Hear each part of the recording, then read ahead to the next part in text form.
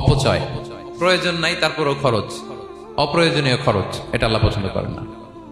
Even কি দানের ক্ষেত্রেও আপনি যে দান করবেন, এখানেও ভারসাম্যপূর্ণ দানের কথা বলা হয়েছে। আল্লাহ বলছেন ওয়াল্লাযীনা ইযা আনফাকু লাম ইউসরিফু ওয়া লাম ইয়াকতুরু ওয়া কানা বাইনা যালিকা কাওয়ামা। যারা দান করে, দানের ক্ষেত্রে কৃপণতাও করেন আবার সব দিয়ে দেন। যেমন আপনার ছেলের স্কুলের বেতন দিতে হবে, ফ্যামিলির খরচ আছে, এটা আছে সেটা আছে, কিন্তু আপনি বেতনে সব দিয়ে দিলেন একজনকে, তো আপনি চলবেন কেমনে? দেয়া যাবে না, ভারসাম্যপূর্ণ হয় নাই, ভারসাম্যপূর্ণ হইতে হবে। তাহলে অপচয়টা আল্লাহ তাআলা পছন্দ করেন না। এবং বিষ্ণু সাল্লাল্লাহু আলাইহি ওয়াসাল্লাম বলেছেন কুলু ওয়াশরাবু, খাও পান করো, ওয়া তাসাদদাকু, দান করো, ওয়ালবাসু, যা মনে চায় পরিধান করো। ভালো পোশাক পরিধান করে আপনি আল্লাহ শুকর করবেন, কোনো অসুবিধা নেই, কিন্তু শর্ত হচ্ছে মা লাম ইউখালিতুহু ইসরাফ, এটার মধ্যে কোন ধরনের অপচয় অপব্যয় থাকতে পারবে, আও মাখিলা, অথবা বড়ত্ব থাকতে পারবে না। তাহলে 4 নম্বরে আমরা জানলাম যে অপচয়কারীকে আল্লাহ তাআলা পছন্দ করেন না। শুধু এখানেই শেষ না, আল্লাহ তাআলা অপচয়কারীকে শয়তানের ভাইয়ের সাথে তুলনা করেছেন। কার ভাই? আল্লাহ বলেন ওয়ালা তুবাযযির তাবযীরা, তোমরা অপচয় করো না, কারণ ইন্নাল মুবাযযিরিনা কানু ইখওয়ানা শায়াতিন। অপচয়কারী কার ভাই? ওয়া কানা শাইতানু লিরাব্বিহি কাফুরা, শয়তান তার প্রভুর ব্যাপারে অকৃতজ্ঞ। তাহলে আমরা জানলাম অপচয়কারী কার ভাই। আচ্ছা বলেন তো, বুঝে শুনে উত্তর দিন, যিনি শয়তানের ভাই উনি নিজেও একটা কি? বলে ফেলছেন আপনারাই, আমি আর কি বলবো। যারা আল্লাহ শয়তানের ভাই বানাইছে ও নিজেও একটা কি? তাহলে এটা যেন আমরা না করি, আমরা যেন পরিমিতি বোধ যেন আমাদের ব্যয়ের ভেতরে থাকে। এই আয়াতগুলোতে আমরা দুইটা শব্দ পাই, একটা ইসরাফ আর একটা তাবযীর।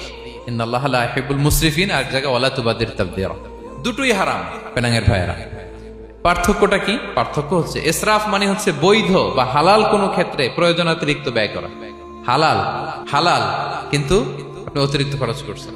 বাসায় আম লাগবে 2 কেজি, কয় কেজি? 2 কেজি হলে সুন্দর খাওয়া যায়, নিয়ে আসছেন 10 কেজি, কয় কেজি? 3 দিন পরে এগুলো পচে টচে নষ্ট হয়েছে, অপচয় হয়েছে না? কিন্তু আম কিনা হালাল না হারাম? আম খাওয়া হালাল না হারাম? তাহলে এই যে হালাল জিনিসে প্রয়োজনাতিরিক্ত যে খরচ করছেন, এটাকে বলে ইসরাফ, এটা নিষেধ। আরেকটা আল্লাহ যেটা আরো ভয়ঙ্কর, শয়তানের ভাই বানাইছে আল্লাহ যে কারণে, ওটার বলে তাবযীর। ওটা কি? তাবযীর হচ্ছে অবৈধ বা হারাম কোনো ক্ষেত্রে প্রয়োজনাতিরিক্ত ব্যয় করা। এমনি কাজটা হারাম। এমনি কাজটা কি বলেন তো? মদ খাওয়া কি? এখন ট্রাক ভর্তি করে মদ নিয়ে আসছেন। নাচানাচির অনুষ্ঠানে ফান্ডিং করা কি? অশ্লীলতা, নৃত্য প্রদর্শনের একটা প্রোগ্রাম হবে নারীদের, এটাতে ফান্ডিং করাটা কি? হারাম। এখানে আপনি হাত খুলে দান করছেন, এটারে বলে তাবযীর। তাহলে ইসরাফও হারাম, তাবযীরও হারাম। দুইটার মধ্যে বেশি হারাম হচ্ছে তাবযীর, যে তাবযীরের কারণে আল্লাহ তাআলা তাকে শয়তানের ভাই বলেছেন। তাহলে অপচয়ের সাথে আমাদের কোনো সম্পর্ক। আমরা একটু গলা ফাটিয়ে অপচয়কে নো বলে দিব, আওয়াজ করে বলেন নো। আজকে থেকে আর কোনো অপচয় নাই, আজকে থেকে অপচয় নাই। বিষ্ণুনবী সাল্লাল্লাহু আলাইহি ওয়াসাল্লাম একবার আম্মাজান আয়েশা রাদিয়াল্লাহু তাআলা আনহার ঘরে ঢুকলেন। ফাওয়াজাদা কিসরাতা খুবজিন মুলকাতিন আলাল আরদ। আম্মাজান আয়েশার ঘরে ঢুকেই দেখলেন এক টুকরো রুটি মাটিতে পড়ে আছে। কোথায় পড়ে আছে? ফাগাদিবান নবী সাল্লাল্লাহু আলাইহি ওয়াসাল্লাম রেগে গেলেন, তিনি রাগান্বিত হলেন, প্রচন্ড রেগে গেলেন। রেগে আম্মাজান আয়েশাকে বললেন, আয়েশা, এই যে আল্লাহর রিজকে তুমি নষ্ট করছো, আল্লাহর রিজিকের মূল্যায়ন করতে শেখো আয়েশা।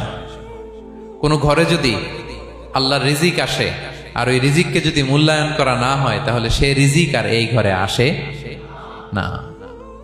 কারণ এই রুটিটা খেয়েই তো তুমি বেঁচেছিলা, ঠিক কিনা? আজকে আমরা যেই রুটিটা, যেই ভাতগুলো ফেলে দিই ডাস্টবিনে, এতটুকু খাইলে আমার কাশ্মীরের ভাইরা বেঁচে যাবে, এতটুকু পাইলেই আমার ফিলিস্তিনের ভাইরা বেঁচে যায়, এতটুকু পেলেই ওই ডাস্টবিনে মারামারি করে যারা খাবার খোঁজে ওরা বেঁচে যায়, ঠিক কিনা? এজন্য বিষ্ণু সাল্লাল্লাহু আলাইহি ওয়াসাল্লাম রেগে গেলেন। বিষ্ণু সবসময় রাখতেন না, রেগে বললেন, আয়েশা, আল্লাহর নেয়ামতের কদর করো। তোমার ঘরে রিজিক আসলে ওটার যদি মর্যাদা না দাও, এই রিজিক তোমার ঘরে আর ঢুকবে না।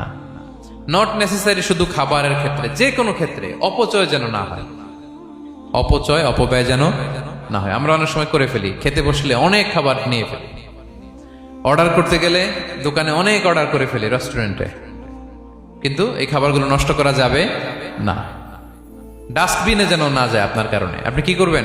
লেফট ওভার ফুড সাথে করে বঙ্গুজে নিয়ে আসবেন। আপনারা তো বঙ্গুজ বলেন নাকি?